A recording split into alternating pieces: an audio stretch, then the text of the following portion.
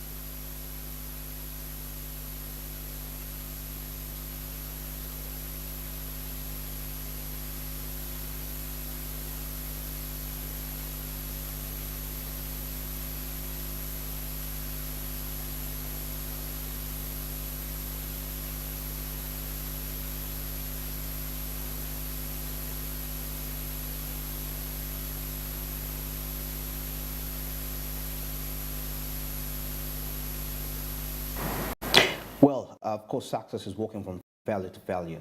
So failure is definitely part of success. In other words, that's what this is trying to really drive you out there. So embrace it. Don't feel like, hey, failure, I failed, so I'm not worth it. You're normal. You're actually normal. You know, if it was about failure, I think some of us would have stopped without actually giving up in the first stages. Yeah. Really, but then... You had all the reasons to give up. Yeah, you have all the reasons, but then you have all the reasons to actually keep pushing. Okay. Yeah. I may not have necessarily all the reasons, but then I have the reasons in the future. That is what keeps me pushing. I want to be a mother, I have children, so it keeps me moving. So if I become a parent, what will I give to my children? Because I want to give them the best of life, you know. So definitely it keeps me moving. So and of course, like earlier on, ensuring your business, whether it is a home business, whether you have employees or not. So therefore, when we talk about insurance, you should actually have your insurance. Well, it could be at home, and there could be a fire. or you could have your finances messed up. So definitely you have to keep your business insured, whether it's making G nuts. Yeah, it has to be insured, small as it is. I didn't mention G nuts. I think I have a clue. Anyway. No, because no, because G nuts are easier to make actually. They don't need a lot. You just need the G nuts, then you need the fire, and you can do that. But anyway, I wanted to ask you. You know, what is the one thing you do when you wake up in the morning? When I wake up in the morning, I definitely. Your alarm goes off. I meditate. You meditate. Okay, that could be another thing. Yeah. For some, they wake up and. Okay, actually, in exercise, that is likely determined on how you slept, probably what you were thinking about. Because many times, I mean, you wake up because you slept with you're probably thinking about a project and all that. But I believe the right approach to that, I mean, you need to pray. Because prayer is actually, some people think prayer is kneeling down and put your hands together, but I can be here speaking on air, but I'm praying. You know, it's meditation. What is in my meditation? So, but when you just wake up in the morning, it's just special that you dedicate time. You say this time is for meditation. You can meditate when you're doing something, but still, it's a higher level when you put down aside and you're like, I'm shutting down everything. Let me just focus on God. You know, that's what I do. Yeah, that is what I do. Though, you know, at times I wake up when of course, like I said, depending on, sometimes you wake up stressed and you think you wake up, just go out, do this, prepare. Okay, on the mornings where you're stressed, what do you do? In the mornings when I'm stressed, yes, I just wake up and do my normal activities. I don't even know what I do when I wake up. I can't tell you honestly. But of course, sometimes when you're stressed, still doesn't mean you shouldn't get time off for your personal time. Oh, actually, it should be actually it's supposed to be a habit. Whether you're in a good mode or you're not in a good mode, it's supposed to be that way. But sometimes the humanistic instinct of they call it the animal instinct in humanity. It makes you feel like, hey, you have all the problems and you can't, dedicate time to the Almighty. Something which I believe is not right. However much we do it as humanity, we all do it. We all do it regardless of whatever. Regardless of whatever. But it's not. The fact that we all do it doesn't make it right. Oh, okay. It doesn't make it right. Okay. Yeah, I think so. I think that's actually key. When I'm actually wake up stressed in the morning, I do breathe in and out heavily, because I'm trying to calm myself down. I try to calm myself down. Does it work? It does work. It does work. Somebody is gonna. Yeah, it does work actually. Because sometimes some of the lowers experiences. your blood pressure. Blood pressure. Yeah, because I believe the aspect that experiences are personal. My experience may not be your experience about something, because it all comes with the attitude you have at that time. You know, passing in your head. You know, we're talking about mental health. I realize that we have the youth actually, young ladies or young men having high blood pressure. And yesterday, someone was telling me how they have blood pressure. They're 25. I'm like, how is that possible? 25 years. How is that possible? Because, you know, psychologically, growing up, you knew to get pressure, you have to have, you know, had maybe 45 or 50 or 60. Yeah. So it saddens me really, having a 23-year-old having high blood pressure. What is the reason? What is it that is raising your pressure? Do you have responsibilities? Do you have, what is it? Yeah. On top of having mental disorders, you have... Maybe, the feeding habits is key. Yeah, feeding habits. Key. Because we are reliant on junk. You're home, you're eating Rolex, you're eating crisps, you're eating... Because you feel cool to eat junk. Oh yeah, it is actually the trend that these is to days. the millennials. Oh yeah. It applies to the millennials. When you're placed katunguma and we're like, oh no, I need a burger, I need a pizza, I need this. It's not healthy. Once in a while, take katunguma, take kachumbali, eat a raw onion, eat cucumber. Jesus Christ. We have like a cereal market there. It's not. It's affordable. It's not good at all. It's not easy. Yeah. Just to add on that, there is something I realized. It's although we're discussing purpose, and purpose, of course, driving it down to the aspect of interests. I mean, because okay, we know that they told you that something you're interested at, it would be the right business idea for you to execute. But then I'm trying to understand. Remember, when you're doing business, you're solving a problem. You're not solving your problem, but you're solving other people's problem, right? So that means if you're solving someone's problem, it ceases to be about your interest. However much it's I have passion about something, but passion. Okay, the discussion here is that try to always relate your interests, direct your interests to purpose, and let them have a direction.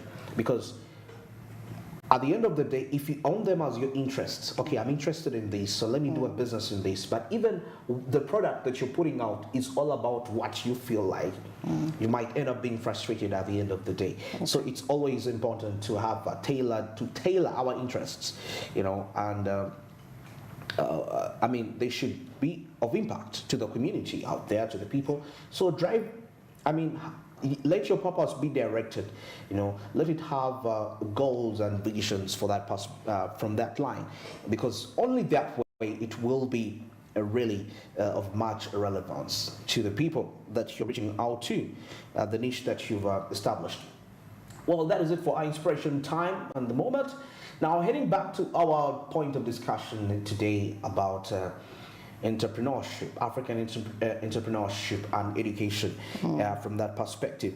Now, of course, one of the key issues that we've been having as a continent of Africa, of course, away from just lacking qualified personnel to, you know, pass on to these skills to the students at the different levels of, at the different high institutions of learning, there is the aspect of tailoring the entrepreneurial skills to Africa's needs. Now, that is something we need to really consider, because this is related to what I was actually saying, directing your interest to solve a problem. To that majority of these ideas that we actually get to adapt may not really be as applicable as you know, as to the African needs. For example, if you say that you're going to be into the technology sector and that is where you're going to specialize, make sure that your technology is solving problems of Africans. It's tailored to African needs. For example, you know that there are farmers out there that are looking for markets where they can actually sell their commodities. And you know, because they are largely exploited by the middlemen. Then make a platform that is meant to that. It's relating to the farmer, but you are developing video games. To what extent are they and I'm not saying Africans are not playing video games, but I'm trying to show you to prioritize, because now if you're an African entrepreneur and you say that I'm going to be making video games, well and wonderful, I'm not stopping you to do that. But the only challenge is that you might have trouble to penetrate through and have a sustainable market, because as of now, where Africa we are, video games is not really a priority.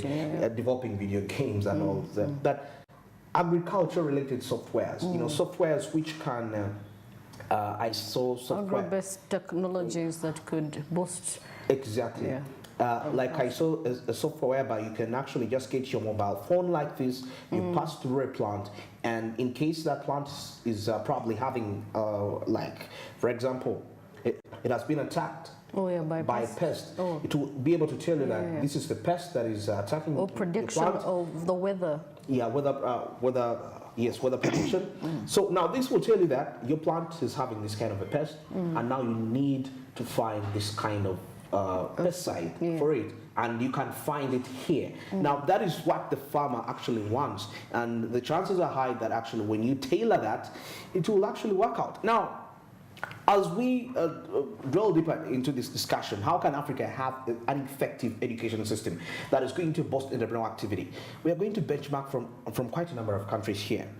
Now, of course, one of such a countries to benchmark on is Israel. Now, Israel has a strong entrepreneurial culture as well as developed entrepreneurial education ecosystem.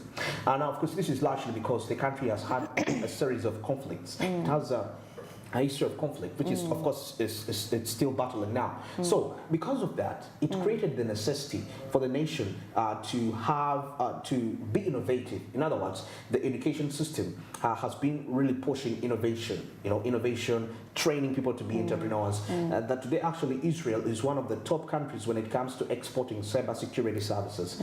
They are the best at that. And now this investment has paid off the nation of Israel as now one of the most innovative countries in the world at large. Now, Israel is it in the desert? of course, there is Palestine. Those are desert areas. For someone that has actually taken time to go to Israel, when you look at the irrigation system, it's insane. They rarely have rain actually, but then the produce that they have is incredible. So someone went there and they're like, you know what, I'm gonna come back and change Uganda. I'm gonna come back and change. So when you go to those nations, you go to Dubai, when you go to UAE, you feel like, oh my God, these people are really so bad. Like the state is so bad. We have green. It's rare to go to those countries and find like forests free, but then definitely. You have everything at your disposal, but then you're not doing what is required. It's just that at times we have to realize our problem. They discovered their point of weakness. They realize where they are. It's hard. Yeah, of course, the challenge is it's solid ground. So they had to make sure they do all it takes for them to have food on the table. Okay. But you just throw a seed of avocado, it grows. Just in a few months, it's sprouting. Yeah, it definitely, that kind of presents a challenge that you're not going to be innovative because everything is almost at your disposal. Now, this is the advantage that these nations really had over us. Actually, Africa in general, that they had a lot of challenges. They didn't have the best weather, so they had to, resolve into technologies that could help that agriculture, and through that they were able to also come up with other innovative solutions outside actually even just the challenges that they face. Now, Mercy, another country that actually Africa can benchmark on in terms of entrepreneurship and education is Singapore. Yeah, Singapore faced a number of challenges after independence, just like many African countries, including lack of natural resources and a small domestic market. But the Singaporean government responded by heavily investing in training with focus on entrepreneurship. That is Singapore for you. Now, this investment has helped create a vibrant entrepreneurial ecosystem in the country, in the nation of Singapore. Now, of course, away from that, just to give you a clearer picture, it's trying to tell you, if we are to benchmark from Israel and Singapore, we can see that investing in education is key, develop a supportive culture for entrepreneurship, that is key. African governments and businesses need to work together to create culture that is supportive of entrepreneurship, and also provide access to resources and mentorship. That is also key. African entrepreneurs need to have access to these resources. This can be provided by government agencies, universities, incubators and accelerators. But of course, that means there need to be a hub that unites the government agencies, the institutions, the students, and the funders at the same time to make sure that there is quite some positivity there. Another nation is South Korea. South Korea recently. Asia is really actually good. Most of the countries that are good examples from Asia. Now, South Korea has undergone a remarkable transformation. That is from a war-torn, poverty-stricken country to one of the world's most technologically advanced and economically prosperous nations. Now, this transformation is largely attributed to the country's focus on education, particularly STEM education. Now, in 1995. The South Korean government launched the Brain Korea 21 project. Now, this was a comprehensive initiative to enhance the country's research capabilities and foster innovation. Now, the project provided significant funding, that is for the universities, to establish research centers, recruit top talent, and collaborate with international institutions. Collaboration with international institutions. Now, literally, you get to realize that all these points out to innovation. In this digital era, the millennial era, you can only talk about entrepreneurship and you separate it with innovation. And this has to be deliberate.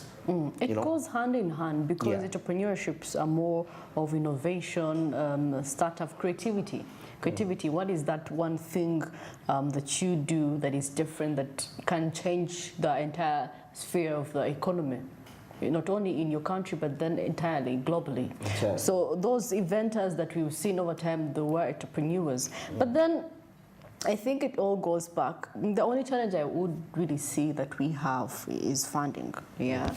Someone comes up with an innovation and then, they look at it, it's something as, it's good. And then at the end of the day, they're demoralized. Nah.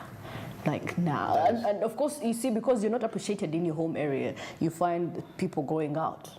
Because those guys are like, wow, this is brilliant, this is amazing. Oh, they involve you, and you could, if you've seen most of Africans that are in the maybe China that have come up with great innovations. The brains, they think they're creative. Actually, Africans are creative. So imagine that knowledge shifted that side. They're doing incredible things compared to here in the home where they're not really appreciated that much. Because they feel like, oh my God, it's gonna come with costs. So this innovation is gonna come. We need equipment. We need da. So you see, there's always that challenge of funds in Africa, because they feel like they have to prioritize, infrastructure. They have to prioritize other sectors than you, an individual, set up maybe an irrigation system or maybe an application that could actually change the lives of people who do agriculture. So really, it's all about that. Absolutely true. Absolutely true. Yeah, that is South Korea. And of course, if we can take a look at the impact, South Korea's economy has grown at an average rate of 6% per year since the 1960s, and now this is the time Uganda got independence, and a number of East African countries. And now the country is now the 12th largest economy in the world, and South Korea's exports account for over 50% of its gross domestic product. So that really creates a picture for you right there. Now, of course, we can also take a look at Finland. Finland has been recognized for its high-quality education system, which has been accredited with playing a key role in the country's economic success. Now, of course, Finland's education system emphasizes creativity, first of all, critical thinking, and problem-solving skills, which are essential for entrepreneurship. Now, the Finnish government also provides support for entrepreneurship, offering funding, training, definitely. It offers support in terms of training, funding, and also mentorship programs within the country that are meant to foster entrepreneurship. Now, the country has a strong network of incubators and, of course, accelerators that help startups develop, that is, their businesses and access capital. So this is Finland out here for you with the education system that focuses on critical thinking and problem solving. But definitely, when we talk about critical thinking, that means you're looking for a solution that is really helpful. You are giving a solution for an actual problem. There is a problem and there is an actual solution for that. There are quite many countries here, and the list is quite endless. Taiwan is one of them. Taiwan. Okay, maybe we can have a brief about Taiwan. This is another example of a country that has successfully transformed itself into major economic powerhouse through education and entrepreneurship. Now, of course, the country's focus on science and technology has been a key driver for its economic growth. Well, why am I bringing out all this? We are trying to see that these nations we've mentioned, South Korea, Singapore, Finland, Israel, they were once at the level Africa is at. Of course, not all African nations, but at least majority of the nations where we are right now, these nations were once there. But what really made them be that economic powerhouses, that their economies are ranked among the top, if we were to talk about the top 50 economies worldwide, these nations I've mentioned, they're definitely there. Where does Uganda really fall from that? But what did these nations do to get out of the situation Uganda is at right now to where they are? One key factor is innovation, according to when I'm driving all this. And this innovation, the work is not only left for the private institutions to do this, but there is partnership with government and also collaboration with international universities. Lately we have exchange programs where students go out there and some abroad to the US and some come here. But We need to feel the effectiveness of that. But also, however much we put these programs in place, I feel like, Marcy, however much we train people to be entrepreneurs, we do these collaborations, but if we don't have a system established in place that can favor growth of business, we are definitely wasting time. Today we have an issue of taxes, which are killing up many people. So in such a system, regardless of how educated I am, once the system is exploiting me, I'm going to feel discouraged, and I'm going to get back to the mentality that let me look for a job and work for somebody. Anyway, quite a deep discussion in there. Let's get into the break for now, and of course, business, entertainment, and sports coming up shortly.